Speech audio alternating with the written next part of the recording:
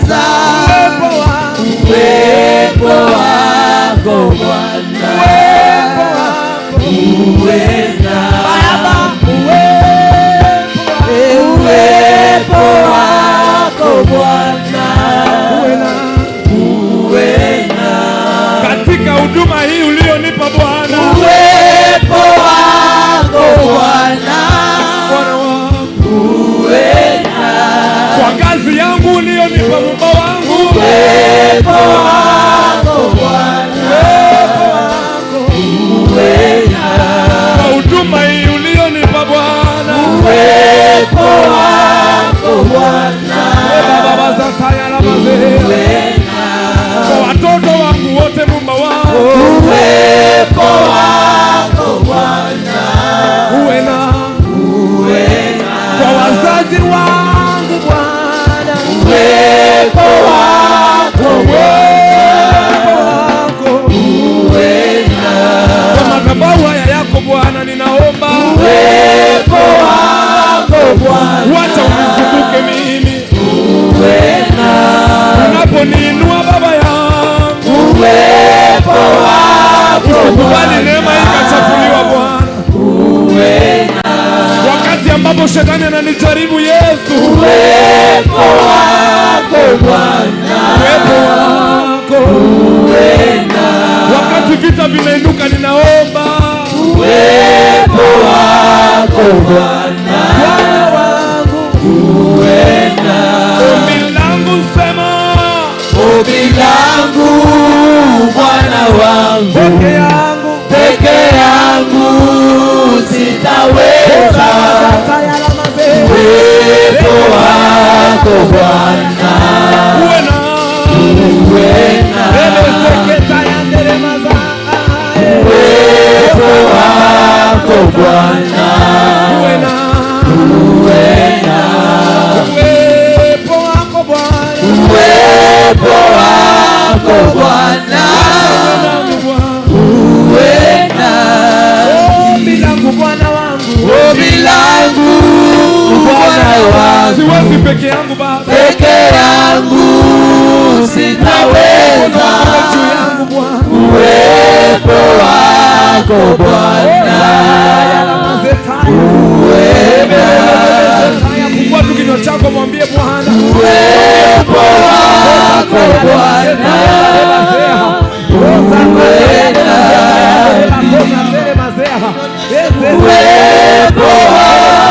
Bwana, uwena uwepo wako Bwana,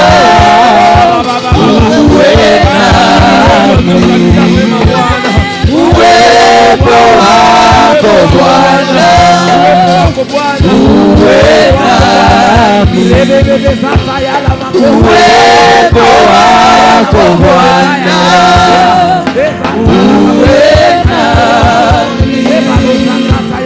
uwena uwepo wako Bwana, uwena. Sasa fungulia tu Mungu sauti yako, inua tu sauti yako mbele za Mungu. Inua tu Mungu sauti yako, mwambie uwezi peke yako. Mwambie uwezi peke yako. Baba kwa kazi yangu siwezi. Baba kwa kazi yangu siwezi. Baba kwa kazi yangu siwezi. Baba kwa kazi yangu siwezi. Baba kwa huduma hii siwezi. Ninakuhitaji Bwana, unishikilie Mfalme. Ninakuhitaji Bwana, unisimamie Baba.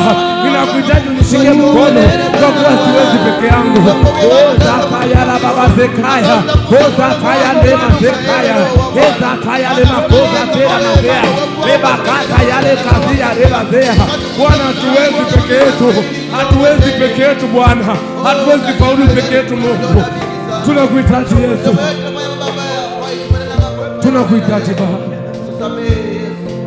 Tunakuhitaji Baba. Inua tu sauti yako. Mwambie tu Bwana ninakuhitaji. Ninakuhitaji pakubwa Bwana. Ninakuhitaji kuliko vile ambavyo nahitaji mama yangu. Ninakuhitaji kuliko vile nahitaji baba yangu. Ninakuhitaji kuliko vile nahitaji marafiki zangu Bwana. Uwepo tu wako kuwa juu yangu Bwana. Uwepo tu kuwa juu yangu Bwana. Hilo ndilo ombi langu jioni ya leo Jehova. Wacha uweze kuenenda pamoja nami. Yote nitakayoyafanya Bwana, wacha niambatane na wewe. Oh, zatayari bazia. Uwepo wako Bwana. Uwepo tu wako Yesu. Uwepo tu wako Bwana. Uwepo tu wako uwe juu yangu Mfalme. Uwepo tu wako Bwana ndio ninaomba. Uweze kunitangulia. Uwepo wako ukiwa juu yangu Bwana, nitaenenda kwa njia zako.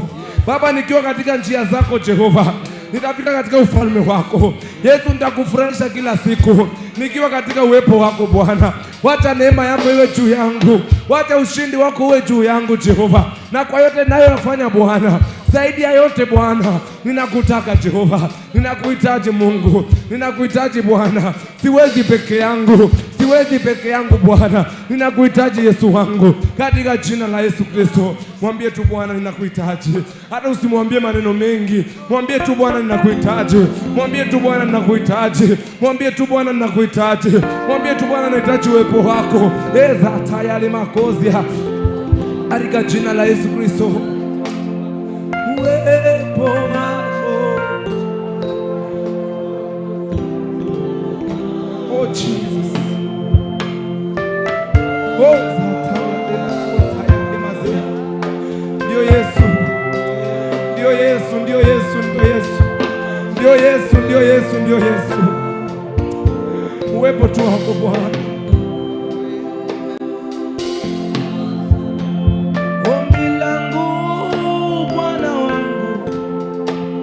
Peke yangu sitaweza, uwepo wako Bwana uwe nami.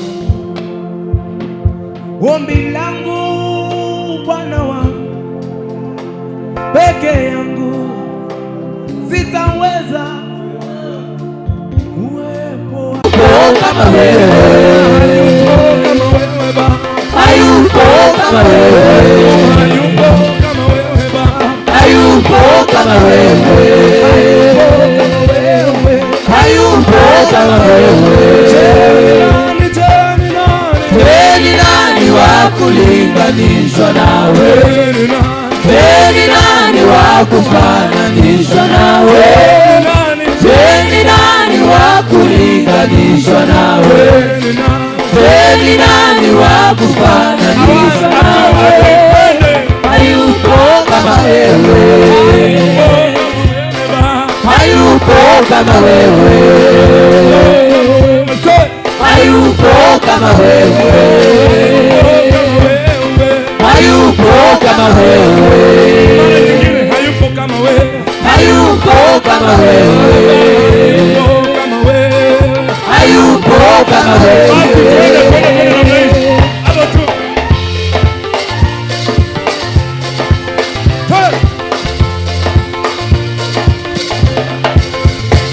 Jaribu tu kidogo.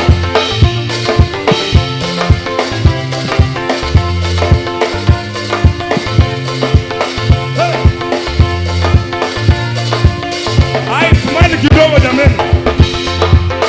Ai, wapi shangwe kwa Yesu?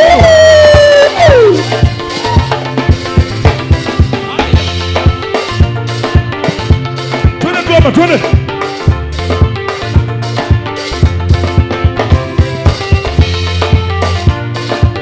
Yaani Mungu amenipa nguvu nimchezee, twende.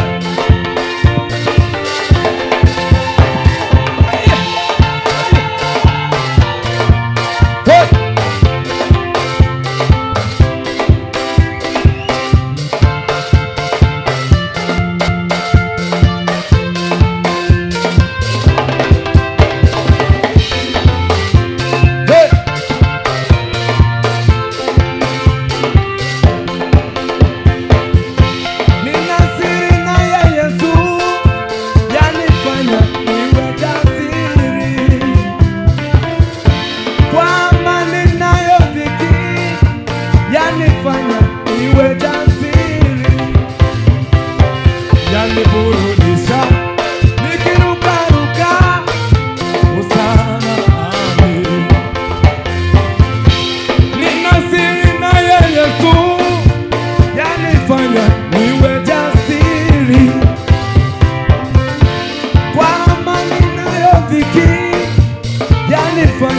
niwe jasiri, yaniburudisha nikirukaruka Hosana. Oh, nina siri sema, nina siri naye Yesu, yanifanya niwe jasiri. Kwa amani nayo dhiki, yanifanya niwe jasiri. Yaniburudisha nikirukaruka Hosana. Nina siri naye Yesu, yanifanya niwe jasiri. Kwa amani nayo dhiki, yanifanya niwe jasiri. Yaniburudisha nikirukaruka Hosana. Yaniburudisha nikirukaruka Hosana. Nina siri naye Yesu, yanifanya niwe jasiri. Kwa amani nayo dhiki, yanifanya niwe jasiri. Yaniburudisha nikirukaruka Hosana. Oh, yaniburudisha nikirukaruka Hosana. Aya, hii unacheza na mnaitone pole pole tu. Ai, hii jaribu, hii ni rahisi sana. Twende.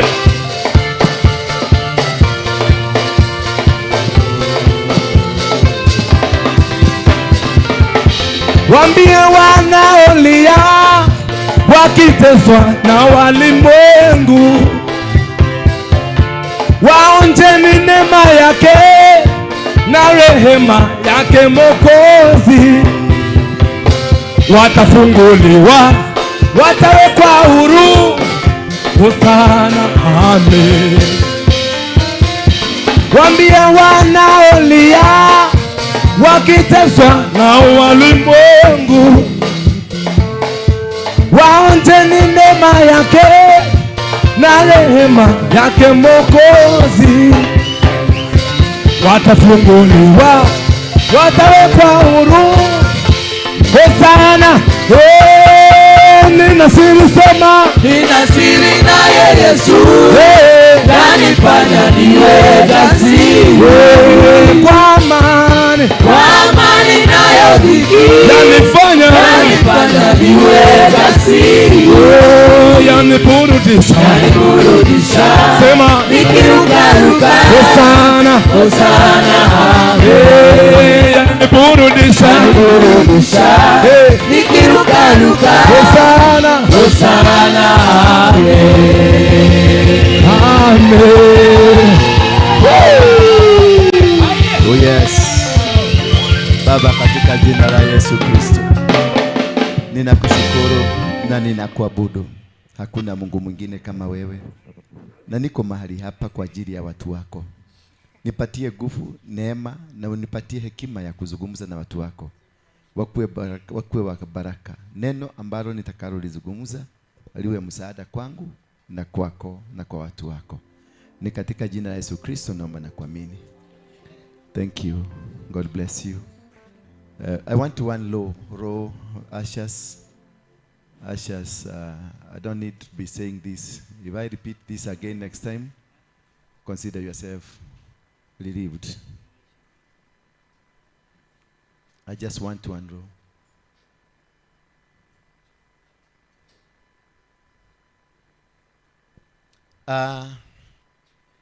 Nikiwa huko ndani nimefikiria, nimechinda nikitajataja uchawi. Na juzi mliona wakati tulikuwa na waelimu hapa, tulikuwa tumetangaza tutakuja kuzungumzia topic ya uchawi tukiwa na waelimu. Lakini tulipokuwa hapa, mliona mtungi ya gasi imewaka peke yake. Wale walikuwa hapa, nyumba mzima hapa ikakuwa ni moto. Kumbe walikuwa wametutangulia, maana tulikuwa tumetangaza. Kukaka kidogo stima ndio hiyo walitutagulia. Stima ikakatwa. Nyumba mzima neiba mpaka corridor zote ziko na stima. Na ni waya moja inaleta moto hapa. Ya hapa hakuna. Bwana Yesu asifiwe sana. Wakati tuliomba hapa nikaambia huyu dada nikamwambia tukimaliza hii kitu yote na mdomo tukisema amen stima itarudi. Tulipoenda kusema amen stima yote ikarudi kwa nyumba mzima. Lakini kitu ya ajabu ni hii. Kwa sababu naonaga tukiwa mchana hapa hatuhitaji mataa ama tunahitaji pande huu ndio tukahamisha hapa tukaenda pale. Lakini kamera zetu zilitoa black. Zote hakuna picha ilitoka. Zilitoa black. Haleluya. Kwa sababu tuliwatangazia tukawatangazia wakajipanga. Naye mwenye alikuwa mwenye sherehe mwenye mkutano anaitwa nani? Wairimu naye akafikiria ni kule anaendaga kukula lollipop. Akaenda kukula nini? Lollipop. Haleluya. Wakakula wakiwa na maboi na ule mwingine. Wakakula lollipop ati wakuja kesho kupigana na shetani na mchawi. Kitu akosa mwanaume mmoja alikuja pale na akakaa na ugaga. Alipokaa na ugaga, jioni tulipomaliza ndio aliniambia nilikuwa na ugaga hapa. Kutuonyesha nilikuwa hapa na nikamwambia basi lete ugaga, akalete hapa tulipeka picha, tukachukua yote picha. Ilienda wapi mami? Iko. Mbona mnasikia uoga kuitoa? Si umeona? Wamerogwa. Hawatoi. Ilikuwa hapa tukachukua mzuri hapa. Lakini hawatoi. Ukiwauliza wametoa za jana na za juzi. Lakini za hiyo ya uchawi, hiyo peke yake ndio ilitoka. Hii nyingine yote watu walikuwa natoa picha ya watu yellow, watu ya green. Kwa sababu walitutangulia mbele. So nimeona kwa sababu nimetangaza, wacha niwatangulie. Tuanze topic leo. Si ndio? Tuanze topic leo tuvuje ngome zao zote. Somebody help me here. So ndio tuweze kuendeleza na kufanya kazi kulingana. Hii kitu mambo ya maisha ya kiroho ni ujanja. Sema Bwana Yesu asifiwe sana. Katika ulimwengu wa kiroho ni ujanja. You have to be clever. You have to understand. Kuna mtu unaweza kuona huyu ule uchawi na ugaga ile iko ndani yake, unaanza kumsubaisha kidogo na mwambia nipatie muda kidogo niombe. Lakini unataka kuunderstand amekuja namna gani. Kuna wengine wanakujaga wana camouflage, wanakuja wanajificha, anakuwa chameleon. Akikuwa chameleon akiingia hapa anakuwa red. Sasa hautajua hata kidogo. Wewe utafikiria uko sawa, kumbe unadili na kitu kingine. Bwana Yesu asifiwe sana. Na hiyo ndio nataka sasa tukifanya tu introduction. Tumewashida. Nimesikia tu sauti Bwana ameniambia pale akaniambia anza leo. Kabla waende kujipanga kwa sababu walikuwa hapa na wamekusikia. Sikusadi utagojeka. Haleluya. Na ukianza hawatakuweza. Haleluya. Juzi hapa lakini hawakujua watu tulikuwa na watu wa secretariat. Sasa nikiwa hapo tulikuwa tumefanya mkutano mzuri hapa. Watu wengi sana walikuwa wamejaa huko. Waliokoka watu 50. Bwana asifiwe sana. Walikuwa 50 waliokoka. Na wengine wengi ndio wamekuja, hata hao umeona vijana wengine wanaiba hapa, walikuwa hiyo group. Wamekuja wengi sana. Na wengine wanaendelea kukuja. Sunday tutawapanga venye watakuja wote. Kumbe hapa kulikuwa na uchawi mingi. Sasa wakati nilimaliza nilienda kupumzika huko. Nikakaa huko nasikia kisukusuku. Nasikia hapa imegada. Najaribu kufanya hivi. Nikasikia roho imedugwa. Najua kidugwa hapa pande ya left. Unajua mambo si mzuri sana. Ukisikia roho ya left hapa inadugwa, mambo haikuagi mzuri. Unaweza kuanza kusema kama Benihin, ninaona kama sitarudi hapa. Bwana Yesu asifiwe sana. So nikasikia kamduko, nikakunywa tu maji kakaisha. Alafu hawa wakaniita. Sikuwa nataka kukuja, wakaniita. Kufika huko nikaona duma, nikaona giza. Najaribu kusema mpaka wakati tulikuwa tunaongelea shilingi 200, nikasema shilingi 1200. Nikasema haya, nikidauga. Na nikatoroka haraka nikaenda. Bwana Yesu asifiwe sana. Kumbe ni hii mambo ya witchcraft. Ndio nikaenda nikaomba, nikauliza Mungu what was happening? Akaniambia wameanza kukutagulia. Goga kabla hawajafika. Hallelujah. It is a very sensitive prayer. Na si wahubiri wengi wanaiguzaga. Si hakuna, ni wachache sana. They are daring, watu very daring. Walikuja wakaniambia tutakumaliza na lori. Hapa wamekuja. Wakaniambia ukisugumusia hiyo maneno, tutaweka lori kwa barabara ikumalize. Nikawaambia kama mtanimaliza kwa sababu ya hii, I'm ready to go, lakini I will expose you. Hallelujah. Because this is what has dealt with our businesses. Hii ndiyo imeshughulikia familia zetu. Mimi maisha yangu yote iliharibiwa na nini? Kwa sababu kati ya wanawake wangu wengi nilikuwa nao walikuwa natumia gedhito. Kuna mmoja alikuwa ananichapa, ninamuoshea nguo, namuoshea vikombe. Kweli. Na analeta mtu hapo. Na naona wameenda hapo, lakini nafurahia tu, naona ni vizuri. Nikaenda kumuuliza siku moja, akaniweka kofi ya uso. Pap! Na akaniweka nguo yangu kwa paper bag, akaniambia toka nje. Nililala hapo, sikuenda bali. Na aliniambia ulale hapo, nikukose hapo asubuhi. Nililala hapo nje. Bwana Yesu asifiwe sana. Na alikuwa ananitolea nguo zake zote mpaka hiyo ya ndani, ananiambia enda ukaoshe. Naosha vizuri, nasikia raha. Mpaka namuuliza kweli na itaenda kuhoro. Haleluya. Na watu wenu wengi wako kwa hii kitu. Na wanaume wengi wenu wako. Hata wamama mmewekwa hivyo. Kale kabiashara kako kalifugwa hivyo tu. Kale kamzee kako, ile mzee alikuwa anakupenda, mlikuwa mnaenda mnajivijali. Unasikia unaenda kuambia wanawake wengine venye mwanaume wako performance contract yake ni mzuri, maisha ni mazuri, nini ni kizuri. Wanaenda naweka switch. Wanaenda kwa mita. Wanakata huko nyuma ya mita. Bwana Yesu asifiwe sana. Sasa kungojea maji igie, maji inakataa. Halo? Maji inakataa. Lakini ukisikia hiyo maji kwa neighbor, maji inaigia. Ukisikiliza vizuri, mzee wako anaenda kwa neighbor na maji wanafungua mzuri, inakunyua huko. Lakini kwako hakuna maji. Na unaona kweli hakuna, si ati hakuna, mfereji iko dry. Lakini ukiingia kwa neighbor unasikia bwana kunywa maji mzuri ya dakika 4 na ni treated vizuri. Bwana Yesu asifiwe sana. That is power of witchcraft. Na inafanya ninaweza kuja hapa mimi nikuje nisibaishwe tu. Badala kuna siku hapa nimekuja mara 2, nimetengeneza topic yangu kuzungumza. Wako hapa wanakudivert. Hata ukiwa mchungaji vizuri, unadivertiwa vizuri. Si tumesikia kuna mtu hajatenda dhambi. So usipokuja hapa mapema utubu, ukuje umeshika microphone, utageuzwa. Watakuwai na kugeuze. Bwana Yesu asifiwe sana. Wakati nilichoma vitu ya huyu mama hapa, tulichomea hapa zile za ugaga, sasa kingpin, kwa sababu mtu yake alikuwa kingpin. Ndio walifinya busi ni kufe, wakiwa na ule msia anaitwa Magoto. Wakanifinyia busi 7, nikakataa kukufa, wakafinya dume 7. Walipomaliza dume ya 7, Magoto wakakufa. Haleluya.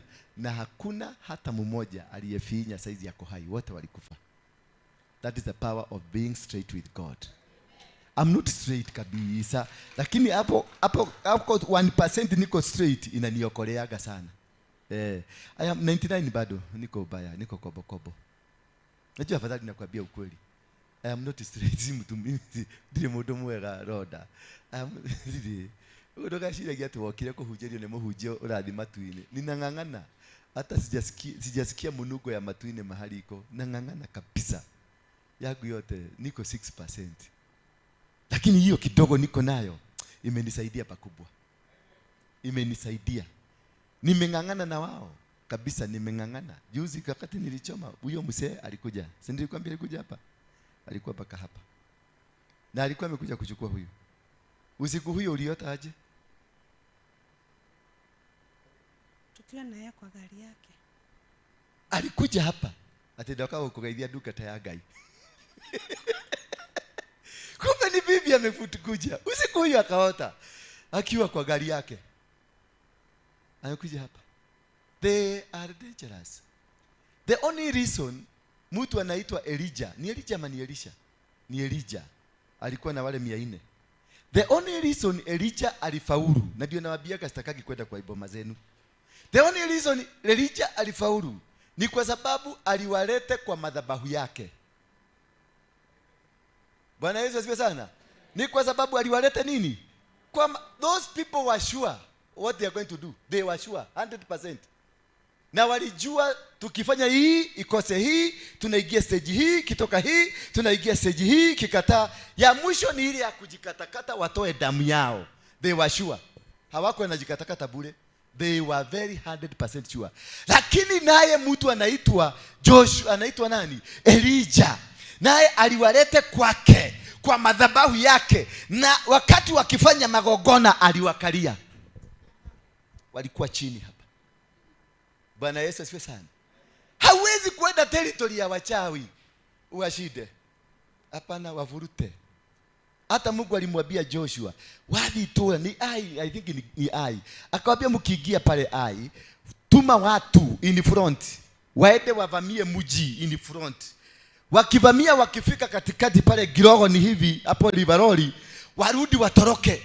Na ukuwe umepeleka wengine pale akawagwale na huko nyuma. Sasa hawa wakitoroka, wale wote wako town watakibisa, hawa wanatoroka.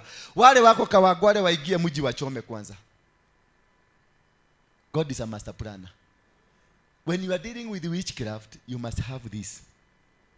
Si kurukiria ati by the name of Jesus I destroy you. Utadestroyiwa na mdomo ikuja hapa na Yesu yako akiwa kwa kichwa. Hallelujah.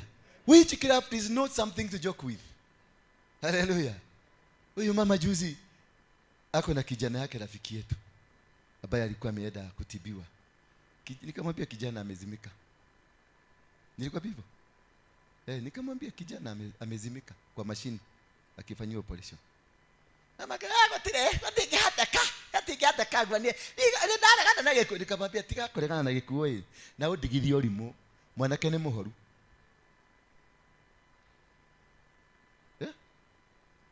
Ati toka mwana lege. Nikamwambia kijana amezimika. Niliona Mungu alinipeleka mpaka kwa dieta, nilienda hapo nikamwona kichiju. Akakufa. Roho ilienda. Manasi hata walikwambia. Walienda kumugusa akakuta ameenda. Nikaambia huyu fanya hivi. Ukiwa hapo huko, tuingie kwa maombi, tuombe pamoja. Alafu utoe sacrifice immediately, maana kule kumetolewa sacrifice. Akaniambia yule na ndire na kendo ri, ndirakwira kendo, coka hau thimo-ini urute sacrifice ya we nayo. Mwanake ni muthiu na ni mukuo tha ici, no ni tukumucokia, ni tukureverse.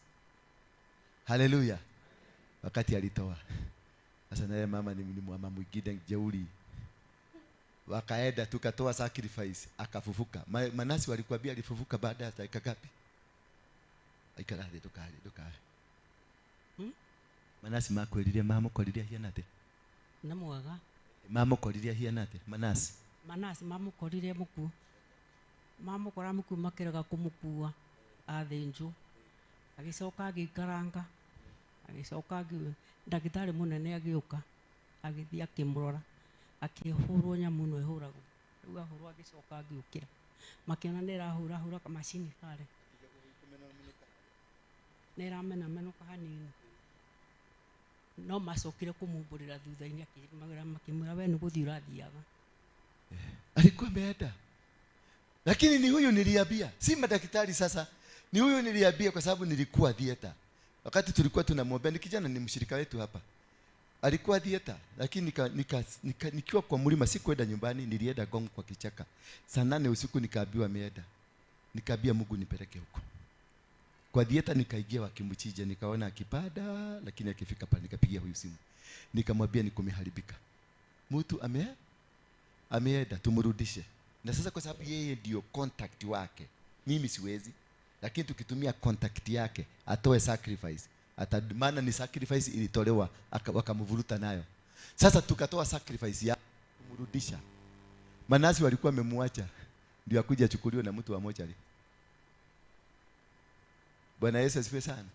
That is how bad they are. But if you are wiser enough, you can counter anything. Ndio unaonaga wakati mwingine tunaweza kuwa na wewe uone nimecheji kara mara moja. Kwa sababu kuna kitu nimeona. Na unaweza kufikiria watu wengine wanasemaga nina change mood. Si mood swing. Si kupenda kwangu. Ni ile dunia naishige, si hii dunia. Na ndio nawaambiaga wale watu walikuwa watoto kabla sijachukuliwa.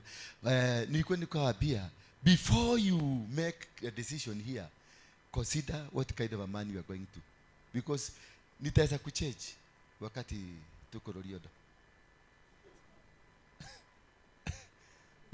Naweza kuchange tu uone kemodo kione ndasejia na ndauma na ndathie riu gucoka uga mundu cio na madhara maci madharau ta imagine madharau aki babe. Bwana Yesu asifiwe sana. When you are dealing with witchcraft and the anointing ya kudeal na witchcraft is on a higher level. Not all preachers, hata wale unaona superior, not many can be able to deal with witchcraft. Enda hapa kuna mzee mwingine alikuja hapa sijui kama uliona ule wewe ulikuwa hujakuja. Huwa there wakati tulikuwa tuna register Besima. Nani alikuwa? When you were registering Besima. Is there somebody who's here? Yeah? The guy who came from Kuria and they said yeye anafanya kule kwa registration atatusaidia kupeleka makaratasi haraka. You know, huyo mtu bibi yake ako kwa kaburi. Mtoto wake ako kwa kaburi. Sasa alikuwa amekuja maombi hapa. Kwa sababu mtoto wake anamtokelezea kwa ndoto, anamwambia sijakufa niko hai. Mke wake anamwambia kwa ndoto sijakufa niko hai. Na mimi nikamwambia hakika mke wako na mtoto wako hawako kule kwa hiyo kaburi, wako mahali panaitwa Sinyaga. Wanafanyishwa kazi, walichukuliwa. Huko Kuria wanauaga mtu na unaona mtu kabisa amekufa, hata mtamzika. Lakini connection ya uchawi ya huko wewe sasa wamekuua, siku ya kuzikwa watu watakuwa naona ni wewe wanazika, lakini wewe mwenyewe uko kwa hiyo umati ya kuzikana. Wewe mwenyewe uko kwa hiyo umati ya kuzikana. Na huyo mzee akaniambia ukijaribu tu, mimi nimeenda kwa watu 5 mapasta na wagaga, wale wamejaribu kuuza hii kitu wamekufa. Sasa nimekwambia uone kama utanisaidia, na ujue ukinisaidia unaweza kuenda. Unaweza kufanya nini? Unaweza kuenda. Sasa nikaanza mawazo. Nikaangalia vitoto vyangu, nikaangalia kanisa. Sasa hiyo hata tujafungua kanisa hii, ndio tunachenga huko, ndio tunafagia huko. Nikaisi hata sijafungua kanisa. Nikaangalia, nikaona sasa hata kama ni maombi wacha hii kae. At least nilikia kanisa. Sauti ikaniambia hii ndio kazi nilikuitia. Goga kitu. Nikasikia rejuvenated. Nikaambia mzee hata hiyo makaratasi nataka kutusaidia nayo, usitusaidie. Sitaki kusaidiwa sasa. Fanya hivi, wacha uko tayari tuombe. Nikamuuliza, uko na sacrifice? Akaniambia mimi bere na dhudha niko na shilingi 15,000. Nikamuuliza nani alikuwa amekuambia nataka zaidi ya hiyo? Nikamwambia ekelea kwa madhabahu. Nikwambie bibi yako mahali yako na tutampigia simu saa hii. Mungu amenipatia namba. Hello. Si alikutokelezea kwa ndoto. Kuna namba alikupatia kwa ndoto. Unaweza kukumbuka? Alinipatia namba. Unaweza kuikumbuka? Tukaiandika yote. Ni ya Tanzania plus 255. Na tukapiga simu. Akaongea na mke wake. Hello. Tukaongea na mke wake. Hata maybe Sunday anakuja for testimony. Tukaongea na mke wake. Haya. Nikamwambia hata mtoto wako yuko hai, hajakufa. Wacha tumupigie simu. Nipatie ile simu alikuwa anatumia ya Kenya. Tukapiga, ikalia, ikaongeleshwa. Tukapiga tena, ikalia. Na hiyo simu inakuwa mteja wakati wote. Wakati alikufa ilikuwa mteja. Tukapiga mara ya 3 ikakataa.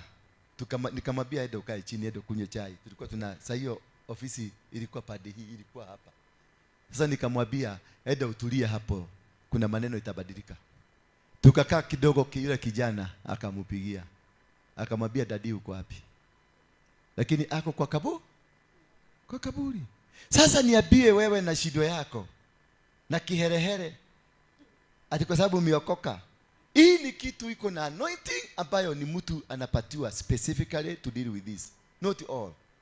Kwa hivyo don't try this at home. Bwana Yesu asifiwe sana. Don't try this at home. Utakujwa, utabadilika, utakuwa kanyoka na uanze kuzunguka hapo. Watakuweka ukue inzi, uanze kuzubua watu hapa. Utakuwa inzi. Uchawi. Don't joke with it. Uchawi inaweza coexist for the last 500 years and it's still powerful. Therefore, I want to ask, what is the meaning of witchcraft? Meaning of witchcraft is the practice of magic, especially for evil purposes. It's magic. Magic. The practice of magic.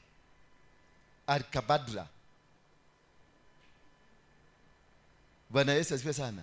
It is magic. Magician. Ni kiini macho. Kifunga macho. Ambacho kitu kitafanyika katika ulimwengu wa nini? Wa kiroho, na hautaelewa ni nini kifanyika. Utafikiria you are normal, utasikia tu umekohoa. Na watu waseme tuigwire wakorora. Tutashoka tuona ikarathi. Rege tuona ngadhara. Nathi. Na dauma moru. Na niguo tugothekete nake. Kumbe ashaenda.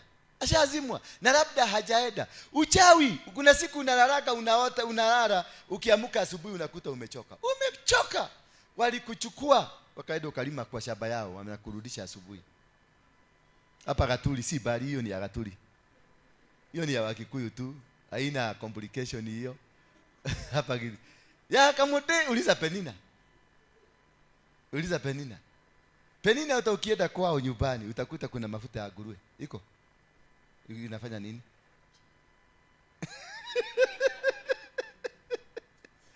Usirudi kujifaka mafuta ya nguruwe. Hiyo ndio inaleta hiyo maroho.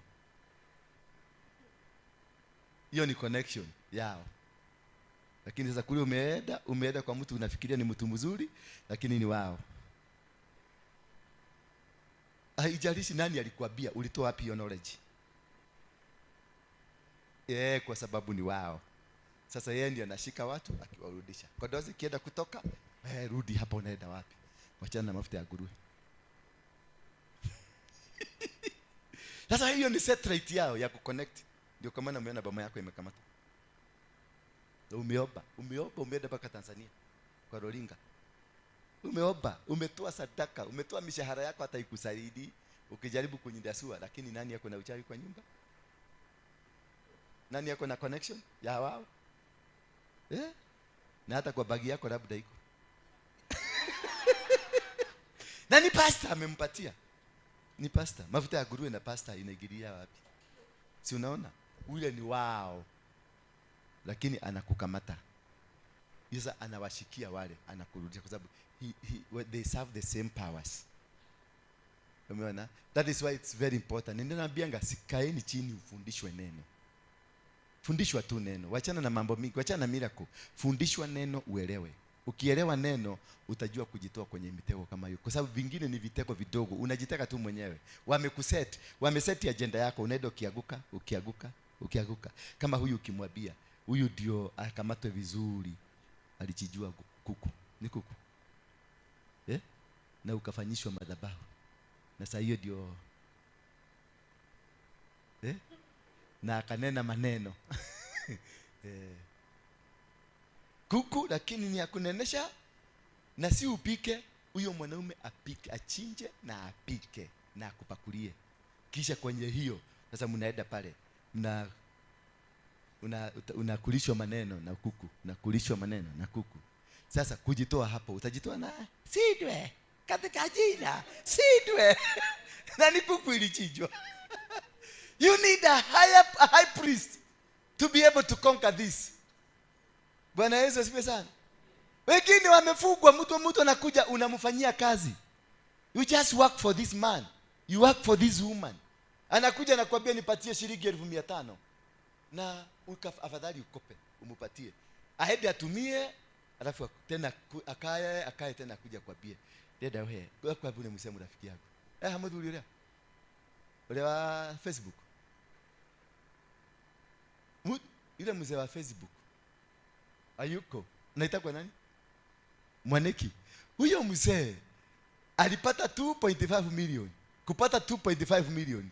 Siku hiyo akaingia kwa Facebook, akaona kamsichana. Kakamvutia. Akakapigia simu. Hiyo simu peke yake ilikula 200,000. Umujui, hujawahi muona, lakini akamuita babe. Akisi UNICEF tu na 200k. Alimuuliza uko wapi? Kukakaa kidogo, kasiona kakamwambia, mimi niko mgonjwa babe. Tunahitaji bili ya 300,000. Uko hospitali gani nikuja? Usikuje babe. Wewe nitumie. Akamtumia. Akakaa kidogo, tena alimwambia nini, sijui gari yake sijui imegogwa. Babe, hapana, gari yake sijui imefanya kitu. Akamwambia babe, ni save na 250. 2.5 zote zilikuliwa na kamsichana kamoja. Hakununua hata hardware. Na ni kwa Facebook. Sasa wewe ni Facebook. Na huyu tumeshikana na wewe, nimekujijia busi. Nimekuchijia kuku. Na hawajagusana. Hapana, hakuna kugusana, wamegusana. Ni Facebook, amekukamatia kwa Facebook. So baka picha yenu ikichukuliwa, inawekwa kwa shrine huko, unafanyika mtumwa. Ninakuweka picha yako kwa shrine, nakaa tu nakwambia, nitumie shilingi 10,000 hata ulisage swali. They make you a slave. Wasichana wa Kenya wale wameolewa na wa Nigeria, that is what happens to them. Wamejegea wa Nigeria manyumba. Wa Nigeria wanakaga nyumbani, hawafanyi kazi. Msichana wewe tokotania, unafanya kazi kama puda. Na unajega Nigeria. Nyumba ikikamilika na kurusha nje, anachukua mkikuyu mwingine. Wakufanishi nyumba. Wakifanishi nyumba, na hiyo sasa hiyo ako na mke mu Nigeria na anakaa nyumbani. Na wewe unapelekwa mpaka Nigeria. Na unapelekwa kwa hiyo mwanamke, unaambiwa huyu ni sister yangu. Na mwanamke ameambiwa ule naleta ni ndugu kutoka Kenya. Wewe ukubali tu, wewe uondoke kwa kitanda, tuachiwe pesa. Because they operate in witchcraft. Bwana Yesu asifiwe sana. They operate in what? In witchcraft. Ukiuliza huyu mzee mwenye anatuambia aliachua madawa, yeye anajua ni madawa ya nini? Anatuambia ni madawa ya nini? Ya miti. Ya miti. Sasa aliyekuachia alikuwa anafanya kafara za kiuganga, si ndio? Yeye akakuachia dawa za miti za kutibu. Lakini alikuwa anafanya kafara za kiuganga. Simeona? Akakuachia dawa za miti. Miti za kienyeji. Lakini kazi yake yeye mwenyewe ilikuwa gani? Kazi yake yenyewe ilikuwa kazi ya matibabu tu. Na kuroga, kufunga, kufungua. Alikuwa kazi yake ni kutibu mtu apone. Alikuwa kazi yake ni nini? Kutibu apone.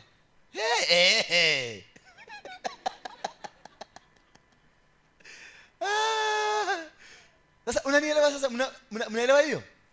So that is how witchcraft operates. Witchcraft, it is not something that you can touch when it comes to its operation, but you can carry a unga, na unga hiyo ikuwe ni point of contact.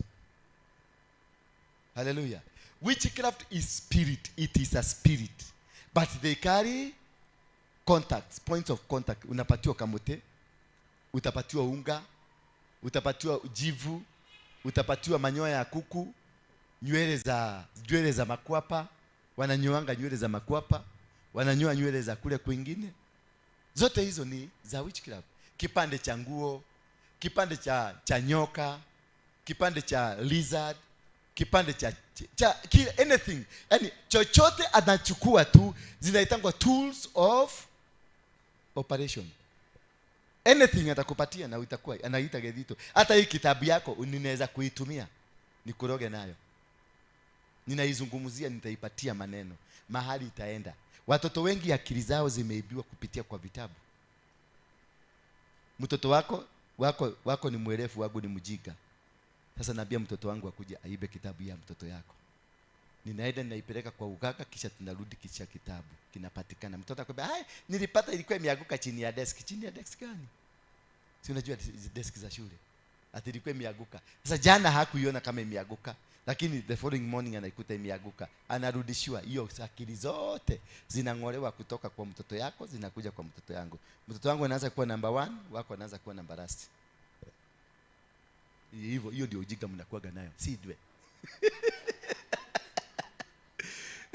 Yule ametoa sadaka, yule ametoa sacrifice. Wewe ni sidwe. Wakristo walokole wajinga kabisa. Kule ametoa sacrifice. Wewe unakuja sidwe. Ametoa 10,000. The principle of the kingdom, the highest sacrifice imetolewa ndio inafanyanga kazi. Mimi niende nitoe 10,000 kwa Harrison Ng'ang'a. Na Mugaga aende, na mtu aende kwa Mugaga atoe 10,000 na 1,100. 1,100 itafanya kazi. Hata Harrison akiwa na anointing namna gani. Hiyo ndio principle. Ndio nawaambiaga ya kwamba mtu akikwambia lete shilingi 10,000 nikufujie madhabahu, fukusa yeye kama ubwa. It is only God who is supposed to reveal to you what is the sacrifice you give, because he knows what was given. Do you get me? Him only knows what was given. So if I tell you nipatie 11,000, mimi ni mjinga na wewe ni mjinga. Lakini wewe ni mjinga zaidi kwa sababu utanipatia. Only God knows what was given. You are not there. Waliokufuga walikuwa nao. So you go and pray. Alimwambia nani? Alimwambia Abraham, rise up now and go to Mount Moriah. Take your son, the only son, the son that you love. Take your son, the only son, the son that you love. That is the quality of a sacrifice. Those two things. Take your son, it must be yours. The sacrifice must be yours. The only son must be the only thing that God has given you. That you love, it must be something that you love. Something that will touch your heart. That is what we call a sacrifice. Ule mudhamaki anaitwa Ahwisero. Wana wa Israeli walikuwa wametabuliwa na Elijah, wakaambiwa watashinda. Na kutoka saa 1 mpaka saa 11 walikuwa wamepiga Wafilisti kama maubwa. Ule mudhamaki akaangalia akaona tumeshindwa. Kaona hii aibu namna gani?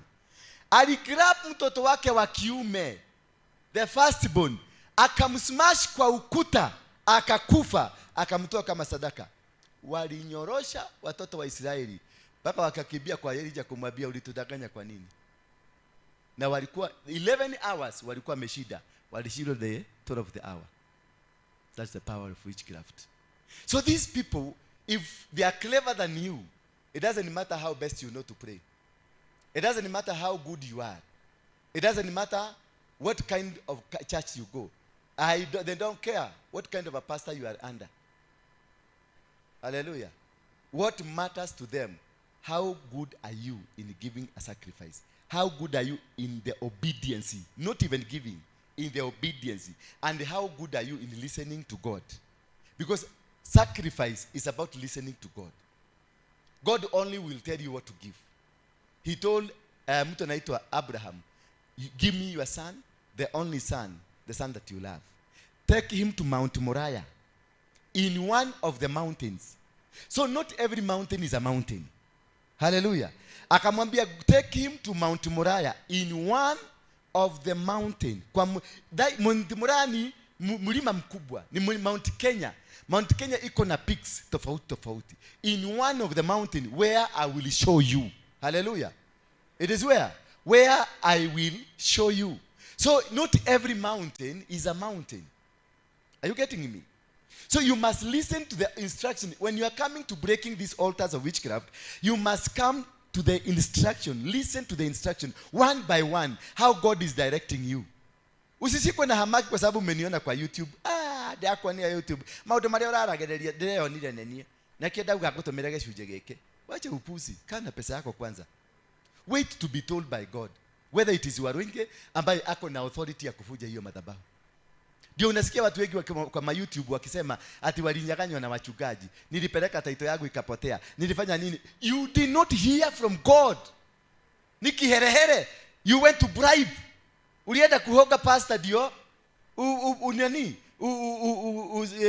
Domereli ifike. Bwana Yesu asifiwe sana. Na hata ukiniletea nitakula tu nikijua hivi ni kiherehere na kulaga vizuri.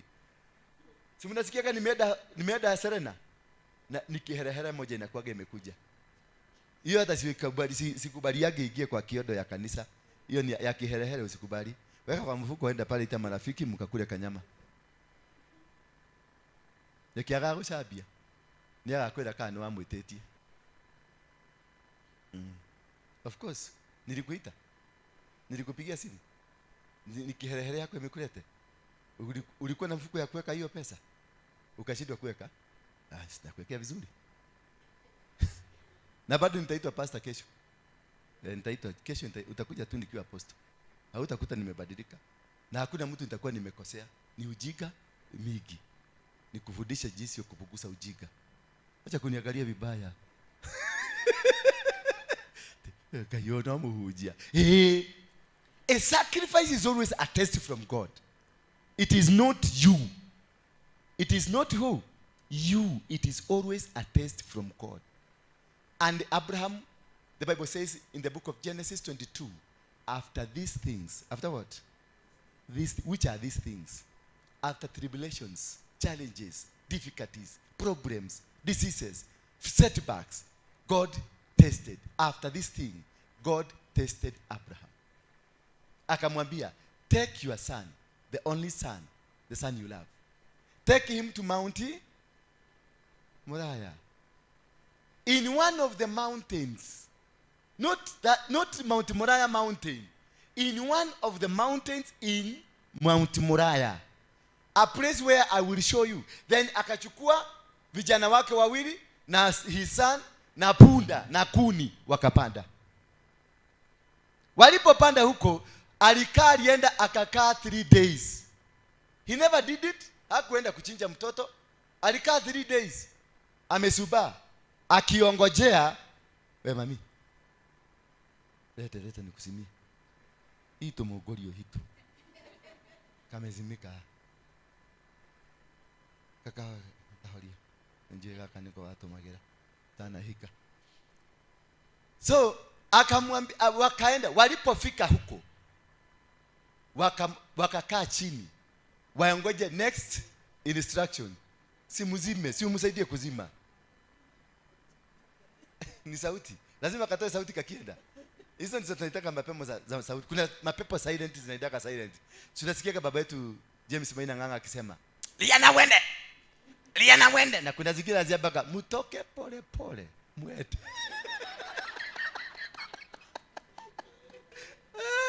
Na kuna zingine, Liana wende.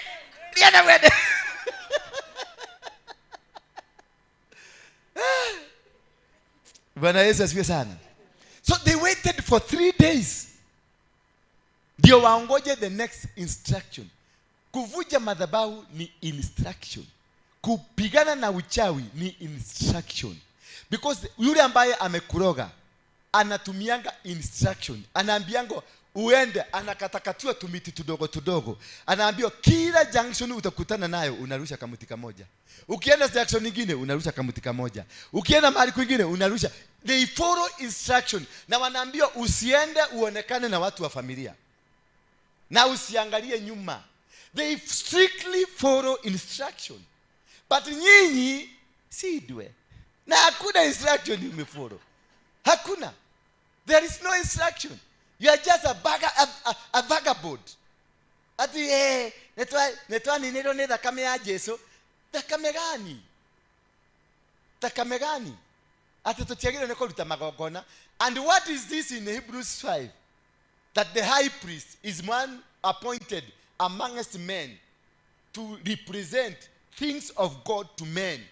He gives sacrifices and gifts. Iko kitabu ya New Testament. Lakini nyinyi sijui kule mlitoa hii vitabu mnasoma. Because I fail to understand. The high priest is not a pastor. High priest si mchungaji. High priest si nabii. High priest ni mthejeri Ngai. Na ndio huyo ameambiwa katika kitabu ya Hebrews 5. The high priest is chosen from among men to do things pertaining God to men. Is a representative of God to men. So he gives sacrifices and offering and gifts. Mimi niko na uwezo wa kutolea hii kanisa sacrifice if I am a priest. I don't need to get your money. I don't need to get your sacrifices to offer sacrifice. If I'm a high priest, I'll get into Nairobi. Niangalie niamjue kuna usherati mwingi, a lot of immorality. I will produce a sacrifice on behalf of Nairobi without involving anybody, not even my wife. Because I am chosen to represent the things of God to men. So I act things of men. Every high priest is chosen from among men. He is appointed to act for them in everything that has to do with God. He offers gifts and sacrifices for their sins. So I can look at your sin and I produce a sacrifice for you without you being knowing. Na unasikia hiyo crime imeisha. Tulienda Thika tukamaliza kigogona ya nani? Ya Freemason na ma-accident. Kuna siku wakati huo Thika ingekuwa usiku bila accident. Huko karibu na Makoyo kulikuwa na black spot. Watu walikuwa nakufa kila siku. Do you hear it now? We finished it. Na siku waitisha pesa. Nilienda nikakusanya ile nilikuwa nayo 4 million. Nikapelekea mzee wangu hapa. Nikamwambia hii ni ya Thika. Mungu ndiye aliniambia kuna tu pesa. Na hiyo tu pesa nilikuwa nimeuza kashamba fulani hapo. Nienda ninunue shamba ingine. Nilikuwa nataka kuhamia kule Kiuna. So nilikuwa nauza tu shamba.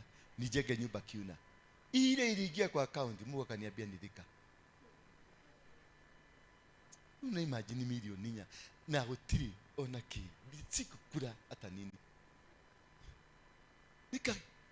Nikangalia Mungu nikamuuliza sasa. Sasa wakati nilikuwa nimeng'adia kabisa, unajua siabiagi watu na wabiaga ni maneno mengine. Wakati niling'adia kabisa Mungu aliniondokea kidogo tu. Siku hiyo ya kwenda Thika nilikufa huko kwote. Watu wengine mnajua hiyo story. Nilikufa huko kwote kwenda chini. Niling'ang'ana kwa kitanda for 3 good hours kutoka saa 11 mpaka saa 2 asubuhi. Najaribu kufikia mpaka simu ndio niite mfanyikazi akuje anisaidie. Ikashindikana. Nikakaa, nikaomba. Nikaita Mungu ang'ang'a kuja. Hakukuja. Nikaita Mungu wa James Maina ng'ang'a kuja. Akakataa. Nikaita Mungu wa William. Akakataa. Nikaita Mungu wa Benihin. Hakukuja. Kai. Tena nikasema Yesu, kama nimekukosea na ninajua kweli nimekosea, nisamehe tu. Nikasikia nimerudi. Nikasikia sauti imeniambia pitia kwa bagi. Chukua ile pesa. Peleka kule nilikwambia. Nilipeleka bio.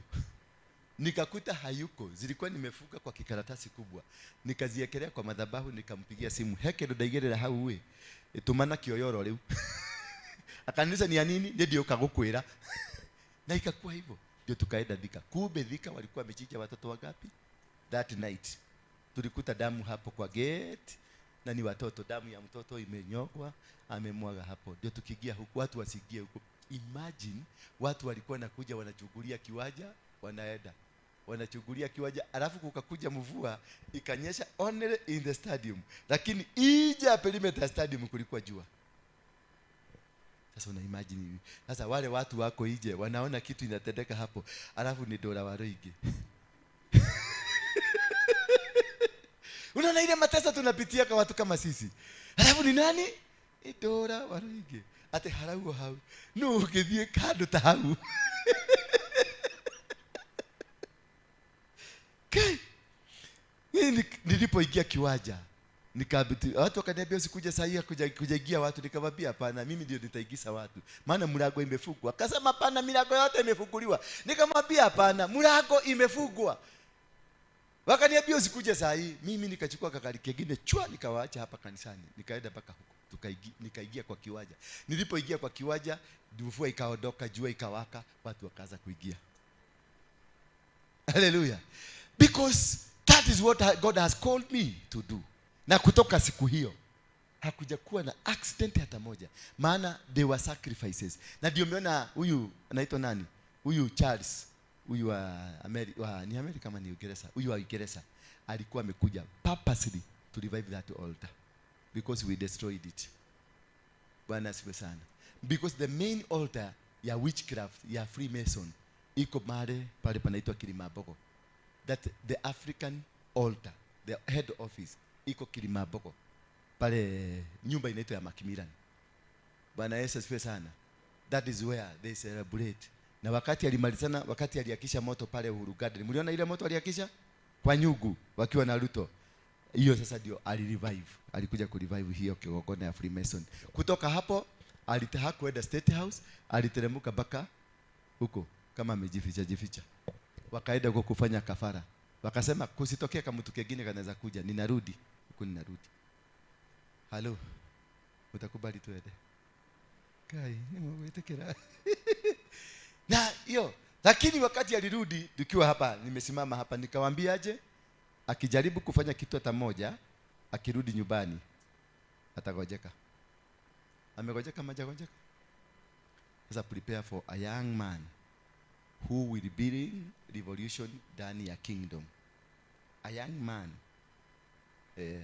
A young man with an African lady. Yes, hapo kwa hiyo nyumba yao. Watajaribu kumuua, watajaribu kumfanyia vitu zote na hawatamweza. Because he is positioned to bring the revolution. He is part of the revival. Hallelujah. He is part of the revival. Bwana asifiwe sana. So, na wa prepare tu because will be an intense topic.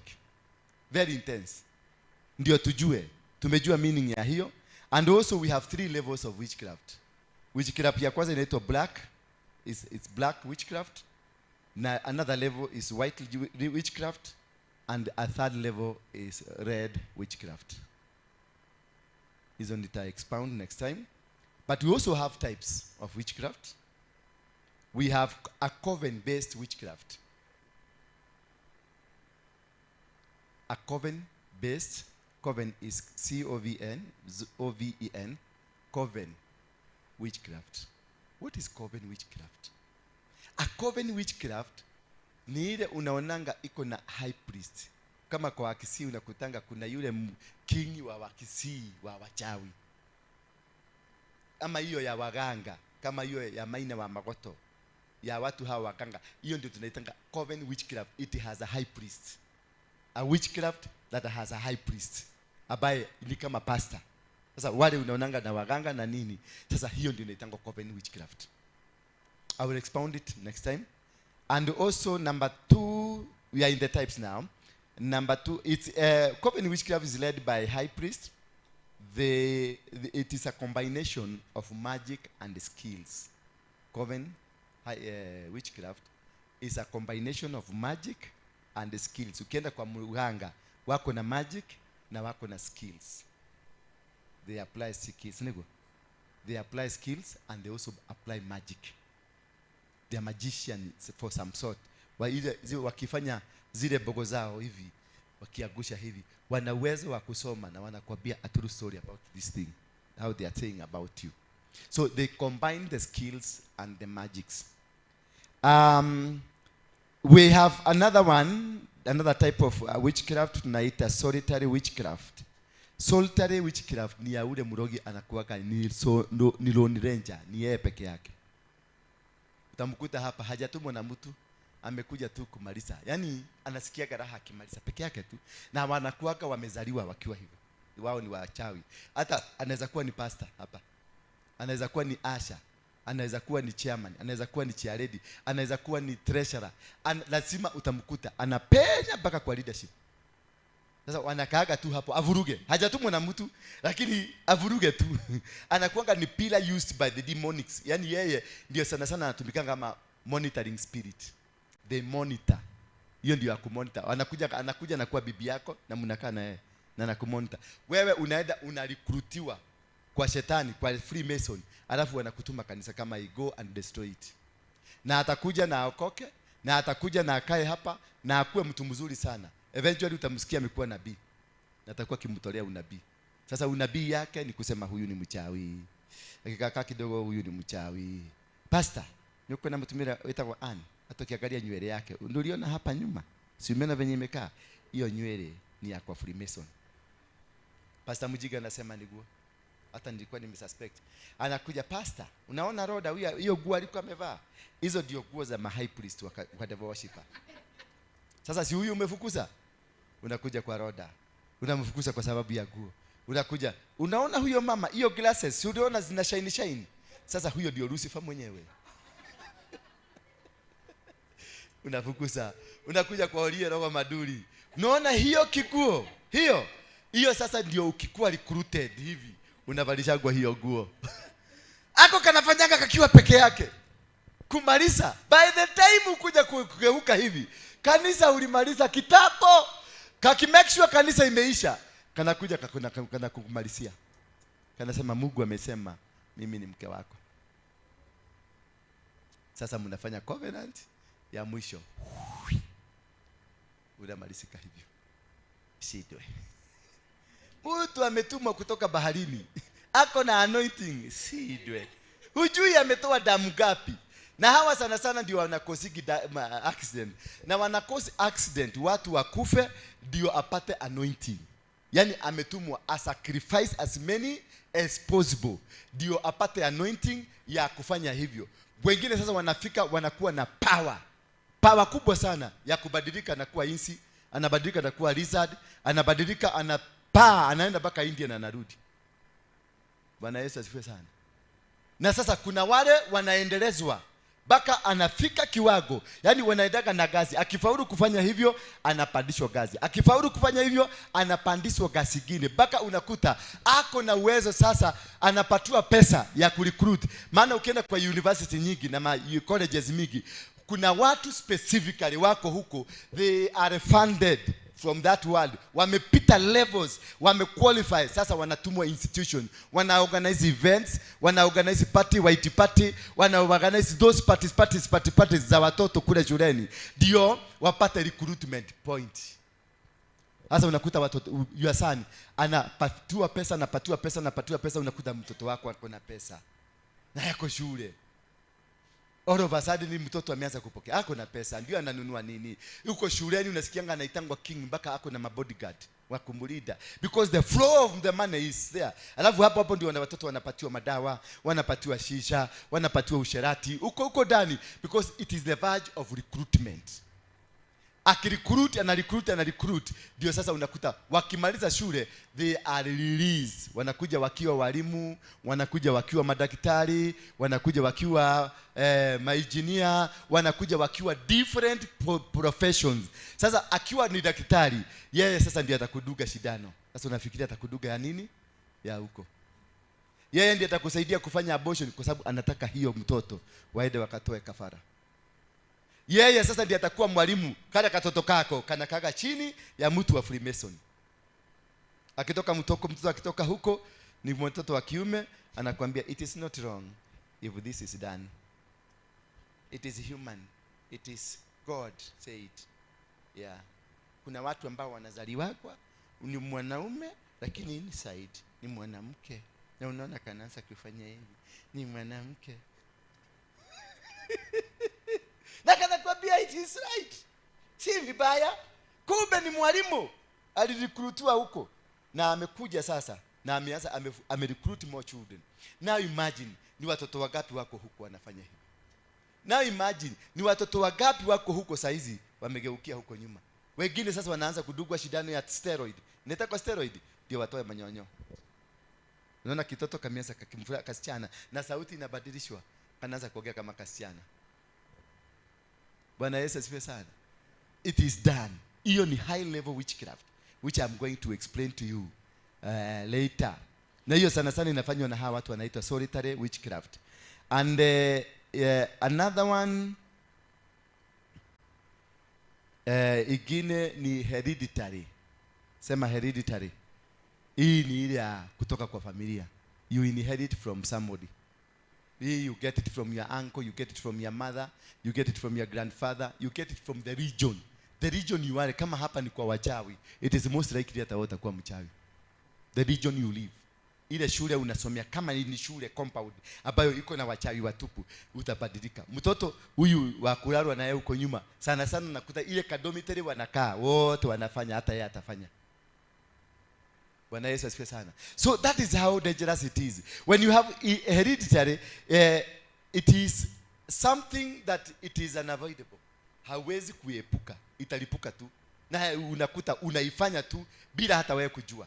Because it is inside you. It is like kuwa the man of God or the woman of God, ule ambaye ameitanishwa in the line of Jeremiah. Unajua kuna men and women of God, kama sasa kuna Elijah na kuna Elisha. Elijah was natural, Elisha was artificial in terms of their anointing. Elisha tapped the anointing from Elijah, but Elijah got the anointing from God. Do you get me? So there are people who get anointing, they are born anointed. Jeremiah, before you were born, I knew you. I set you apart and sanctified you.